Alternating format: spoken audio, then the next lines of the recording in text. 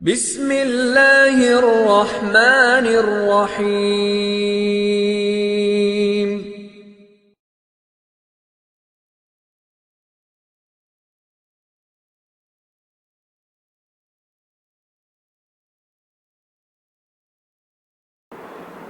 بسم اللہ الرحمن الرحیم والصلاۃ والسلام علی رسولہ الکریم۔ زکوٰۃ اسلام کے احکامات میں سے ایک انتہائی اہم حکم ہے۔ اسلام کے جو 5 بنیادی ارکان ہیں ان میں سے ایک اہم رکن ہے۔ یہ شارٹ کلپ آپ حضرات کی پیش خدمت ہے جس میں یہ بتایا جائے گا کہ زکوٰۃ کو کیسے ادا کیا جاتا ہے۔ اس کلپ میں کچھ باتیں ہیں جو سمجھنے کی ہیں۔ سب سے پہلی بات تو یہ ہے کہ زکوٰۃ کن کن چیزوں کے اوپر فرض ہے، یہ پہلی بات ہے۔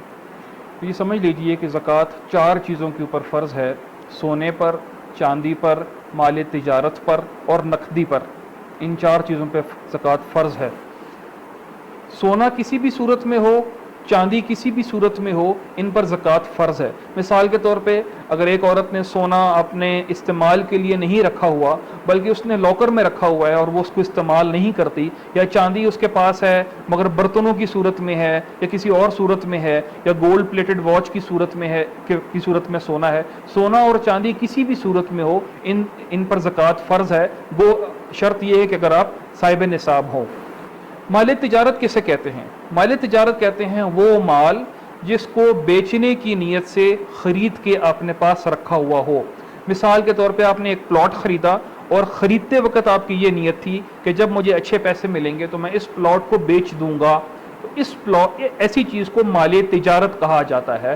یعنی خریدتے وقت بیچنے کی نیت ہو اور جب تک وہ چیز بیچ نہ دی ہو وہ نیت قائم رہے، اس کو مال تجارت کہتے ہیں۔ میں نے ایک پلاٹ خریدا کہ جب اچھے پیسے ملیں گے تو میں اس کو بیچ دوں گا، اور وہ پلاٹ میں نے 5 سال رکھا تو ہر سال میرے پہ جب سال مکمل ہو جائے گا تو اس پلاٹ کی میرے اوپر زکوٰۃ واجب ہوگی۔ اس کو مال تجارت کہتے ہیں۔ اور اگر میری یہ نیت نہیں ہے کہ میں نے اس پلاٹ کو بیچنا ہے، یا میری ملٹیپل نیتیں بن جاتی ہیں، مثال کے طور پہ خریدتے وقت میری نیت تھی میں اس پلاٹ کو بیچوں گا اسی لیے میں نے خریدا، مگر کچھ عرصے کے بعد میری نیت چینج ہو گئی کہ نہیں میں اس کو بیچوں گا نہیں، اپنے بچوں کے نام کر دوں گا یا اپنے کسی اور کام کے لیے رکھ لوں گا یا اپنا گھر بنا لوں گا، تو اس کو مال تجارت نہیں کہتے۔ تو مال تجارت جس کو خریدتے وقت بیچنے کی نیت ہو اور بیچتے وقت تک وہ نیت قائم رہے، اگر یہ 2 نیتیں برابر چل رہی ہیں تو اس کو مال تجارت کہتے ہیں، ورنہ اس کو مال تجارت نہیں کہتے۔ اسی طرح اگر آپ نے شیئرز خریدے ہیں یا کوئی اور ایسا مال خریدا ہے کہ جو نیت یہ ہے کہ میں اس کو بیچوں گا، تو یہ سب مال تجارت میں آتا ہے۔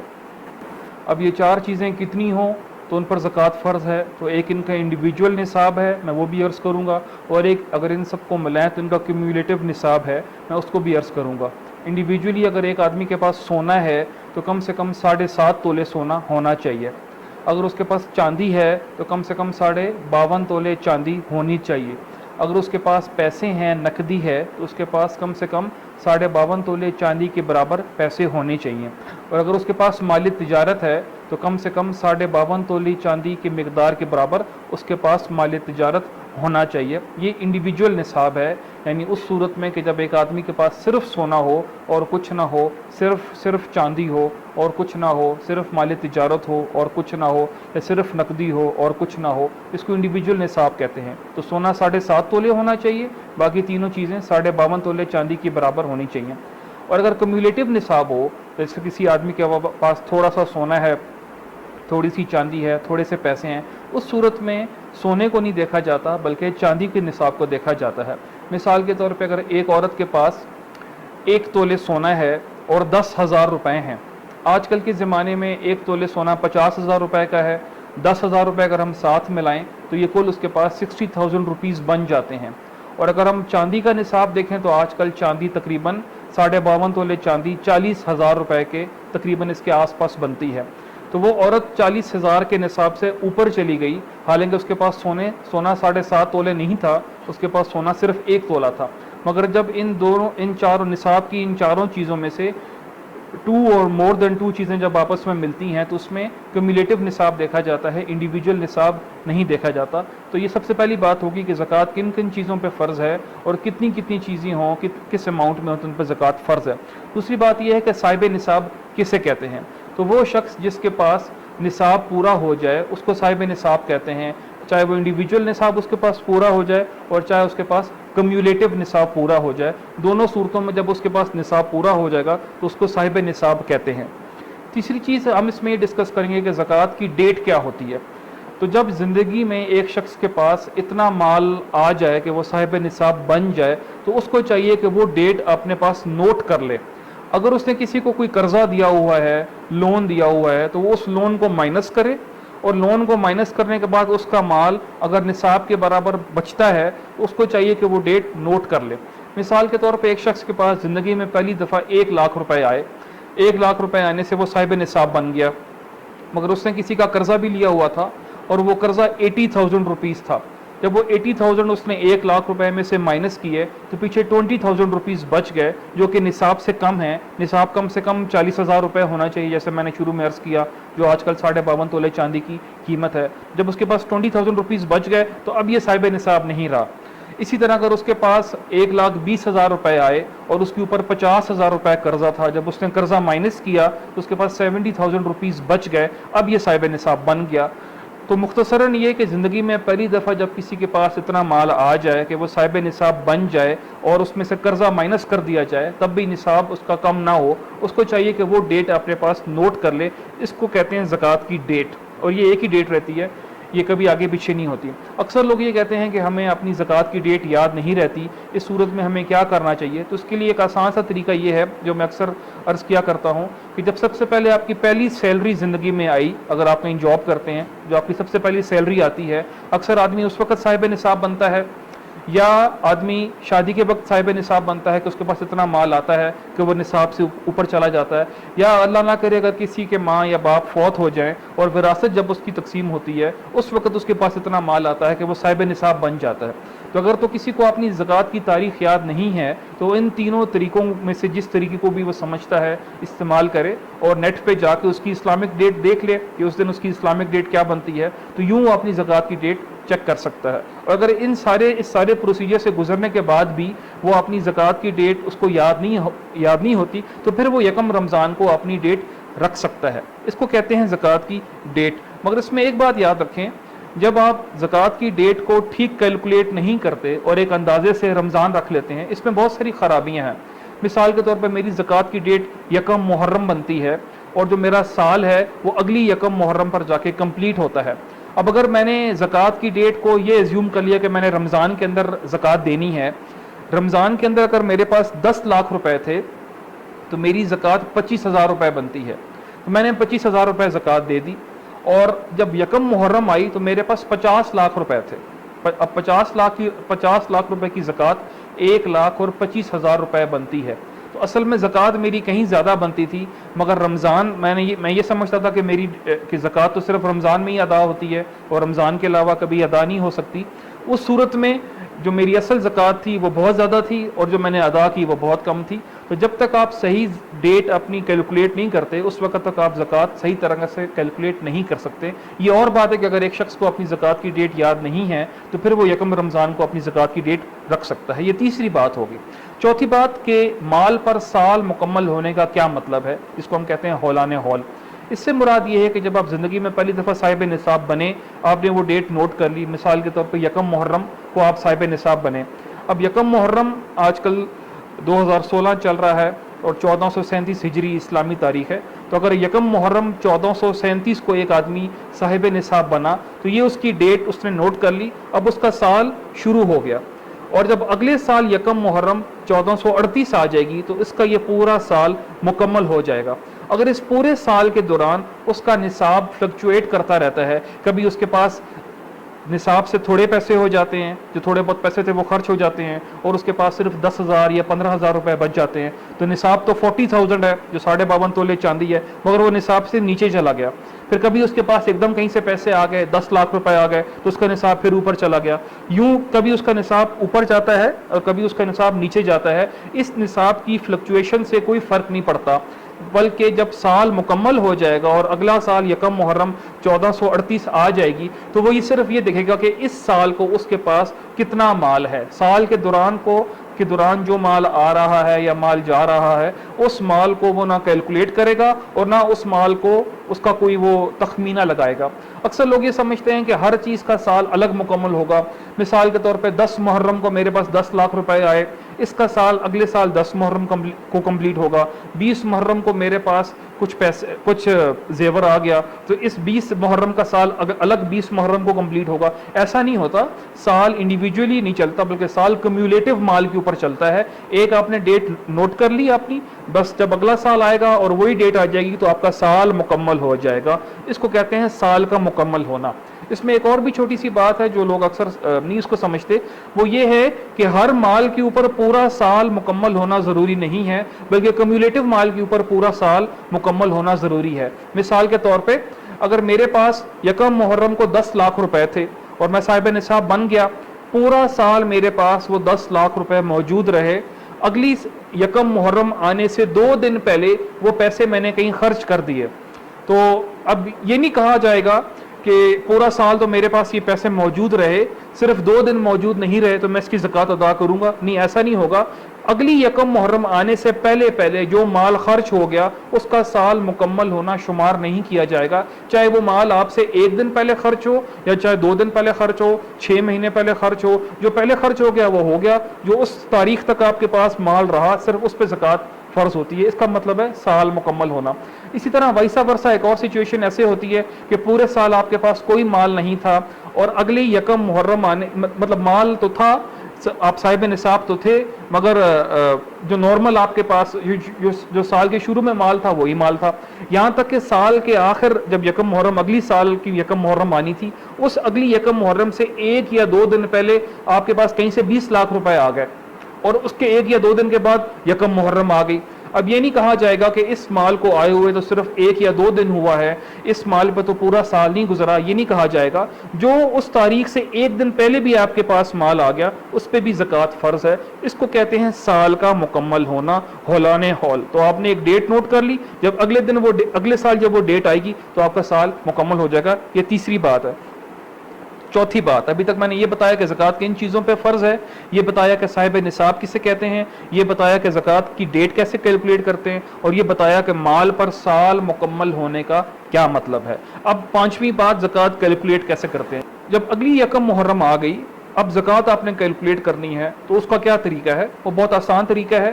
اس دن آپ دیکھیں گے آپ کے پاس سونا کتنا ہے, چاندی کتنی ہے, مال تجارت کتنا ہے اور کیش کتنا ہے. ان 4 چیزوں کو آپ دیکھیں گے اور ان 4 چیزوں کا جو کمیولیٹو ہوگا, اگر آپ کے پاس سونا نہیں ہے, چاندی نہیں ہے, صرف ایک پلاٹ ہے جو کہ 1 کروڑ روپے کا ہے اور 20 لاکھ آپ کے پاس کیش ہے, تو آپ ان دونوں کو جمع کریں گے اور اس کا 2.5% آپ کی زکوٰۃ ہوگی. اس میں یہ بھی بات ایک انتہائی ضروری بات ہے کہ اگر آپ نے قرض لیا ہوا ہے, کسی سے کوئی لون لیا ہوا ہے, تو اس لون کو آپ اس 1 کروڑ اور 20 لاکھ میں سے مائنس کر دیں گے. اگر آپ نے کسی سے 20 لاکھ روپے قرضہ لیا ہوا ہے جو آپ نے واپس کرنا ہے, تو آپ 1 کروڑ 20 لاکھ میں سے اس کو مائنس کر دیں گے, پیچھے 1 کروڑ بچ جائے گا, تو اس 1 کروڑ کا 2.5% یہ آپ کی زکوٰۃ ہے. یہ زکوٰۃ کیلکولیٹ کرنے کا طریقہ ہے. اب ہم یہ بات ڈسکس کرتے ہیں کہ زکوٰۃ کس کو دینی ہے, یعنی مستحقین زکوٰۃ کون ہے. یہ بات بھی انتہائی اہم ہے. اگر آپ نے زکوٰۃ صحیح کیلکولیٹ کر لی, سال بھی آپ کا صحیح گزر گیا اور آپ نے زکوٰۃ ادا کرنے گئے, مگر اگر آپ نے غلط آدمی کو صحیح جگہ پہ زکوٰۃ ادا نہیں کی تو آپ کی زکوٰۃ ادا نہیں ہوتی. اس لیے یہ انتہائی امپورٹنٹ بات ہے کہ زکوٰۃ کہاں پہ ادا کرنی ہے. تو زکوٰۃ کے مستحقین وہ ہوتے ہیں جو صاحب نصاب نہ ہوں اور ساتھ ہی ان کے پاس ضرورت سے زیادہ سامان 52.5 تولے چاندی کی مقدار کا نہ ہو. تو ان شارٹ صاحب نصاب اس کو کہتے ہیں جس کے پاس 4 چیزیں ہوں جو میں نے شروع میں بتا دی, اور مستحق زکوٰۃ اس کو کہتے ہیں جس کے پاس 5 چیزیں یا ان کا مجموعہ کمیولیٹو 52.5 تولی چاندی کی مقدار نہ ہو. مثال کے طور پہ ایک عورت ہے, اس کے پاس زیور نہیں ہے, سونا نہیں ہے, چاندی نہیں ہے, مال تجارت اس کے پاس نہیں ہے, کیش اس کے پاس نہیں ہے, یا اگر اس کے پاس کیش ہے تو 40,000 روپیز سے کم کیش ہے, اور اسی طرح اس کے پاس ضرورت سے زیادہ سامان نہیں ہے. ضرورت سے زیادہ سامان اس سامان کو کہتے ہیں جو آدمی کی بنیادی ضروریات سے زیادہ ہو. جیسے ایک آدمی اپنے گھر میں کپڑے ہیں, جوتے ہیں, اے سی ہے, فریج ہے اور کھانے پینے کا سامان ہے, یہ سب آدمی کی ضرورت کا سامان ہے. ایک گاڑی ہے یا بائک ہے, یہ اس کی ضرورت کا سامان ہے. تو اگر ایک آدمی کے پاس ضرورت کا سامان تو ہے مگر ضرورت سے زیادہ سامان نہیں ہے, اور اگر ضرورت سے زیادہ سامان ہے تو وہ 52.5 تولے چاندی کی مقدار یعنی 40,000 روپیز سے کم ہے, تو یہ بھی صاحب نصاب نہیں اس کو کہا جائے گا، اور اس کو بھی زکوٰۃ دی جا سکتی ہے۔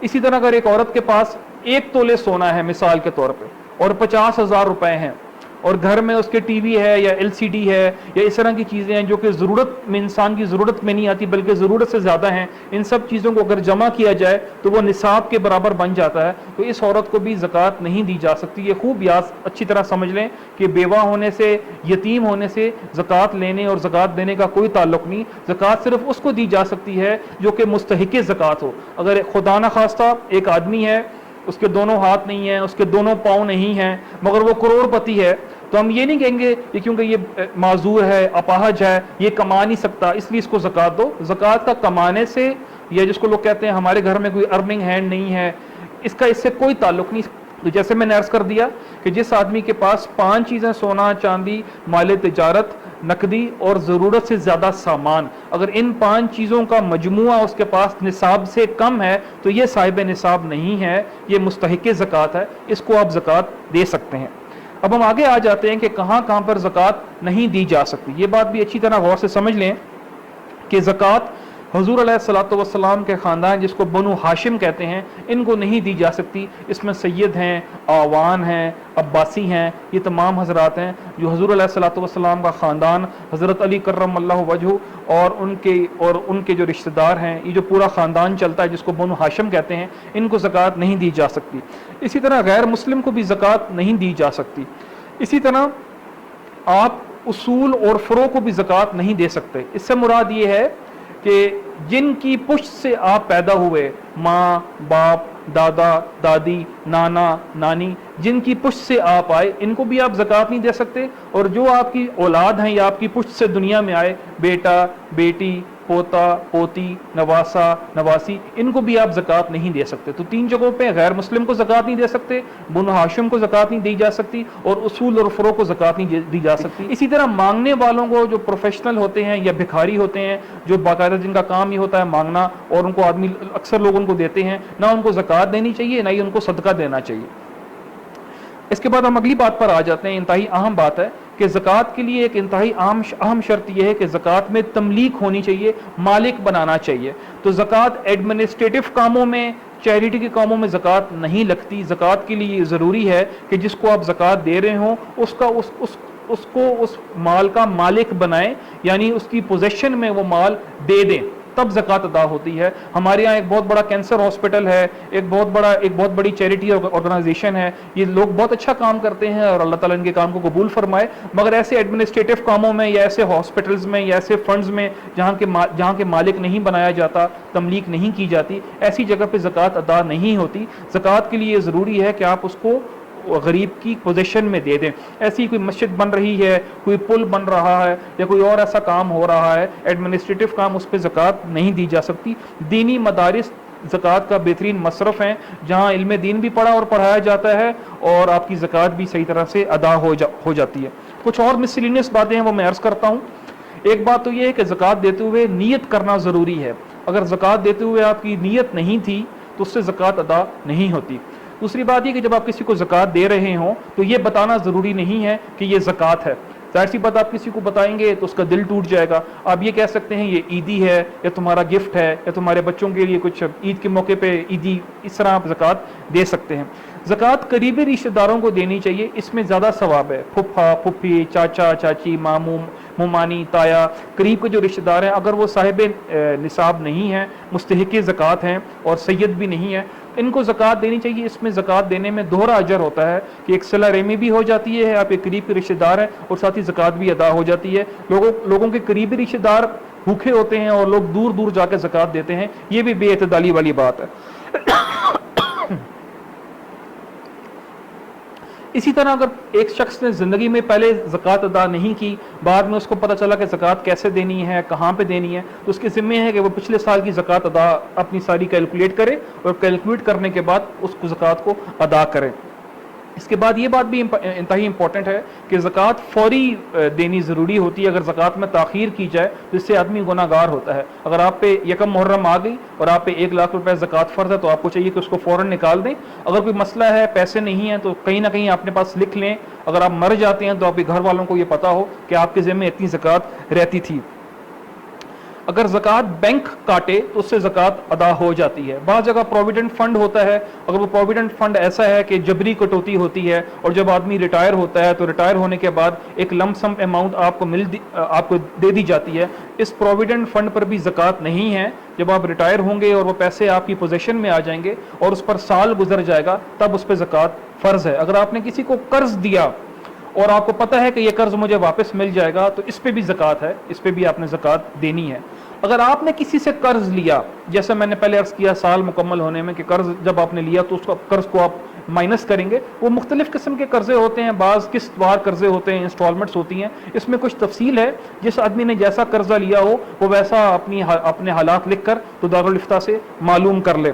اس کے علاوہ زکوٰۃ کو اعلانیہ طور پہ دینا چاہیے تاکہ دوسرے لوگوں کو بھی ترغیب ہو. صدقہ چھپ کے دینا چاہیے اور زکوٰۃ کو اعلانیہ طور پہ دینا چاہیے. بعض لوگ اپنے بچوں کے نام کچھ زیور کر دیتے ہیں, پلاٹ کر دیتے ہیں, اور یہ بہانہ ہوتا ہے کہ اس بہانے ہم زکوٰۃ سے بچ جائیں گے. یہ خوب یاد رکھیں کہ اس طرح کے ہیلے کرنا یہ گناہ ہیں, یہاں پہ بھی گناہ گار ہوں گے اور اللہ کے ہاں بھی پکڑے جائیں گے. بعض صورتیں ایسی ہوتی ہیں جس میں واقعی بچوں کے نام کرنے سے زکوٰۃ ادا آپ سے زکوٰۃ کا جو فریضہ ہوتا ہے وہ ساقط ہو جاتا ہے, مگر وہ بھی ایک تفصیلی صورتحال ہے جو شارٹ کلپ میں نہیں بتائی جا سکتی. ایک آخری بات اور پھر میں یہ کلپ ختم کرتا ہوں. اگر آپ نے رقم کسی بھی کام کے لیے رکھی ہوئی ہے, مثال کے طور پہ آپ نے حج کے لیے پیسے رکھے ہوئے ہیں یا بچوں کی شادی کے لیے پیسے رکھے ہوئے ہیں, کسی بھی دنیاوی یا دینی کام کے لیے اگر آپ نے مال رکھا ہوا ہے اور زکوٰۃ کی تاریخ آ جاتی ہے تو اس مال پر زکوٰۃ فرض ہے. بعض لوگ یہ کہتے ہیں کہ ہم نے حج کے لیے رکھا ہوا ہے یا مستقبل میں کسی کام کے لیے رکھا ہوا ہے. خوب سمجھ لیں کہ اس سے زکوٰۃ کی ادائیگی پہ کوئی فرق نہیں پڑتا اور زکوٰۃ بہرحال فرض ہے اور وہ ادا کرنی ہے. یہ ایک شارٹ کلپ تھا جو زکوٰۃ کے بارے میں تھا جو آپ کی خدمت میں نے عرض کیا.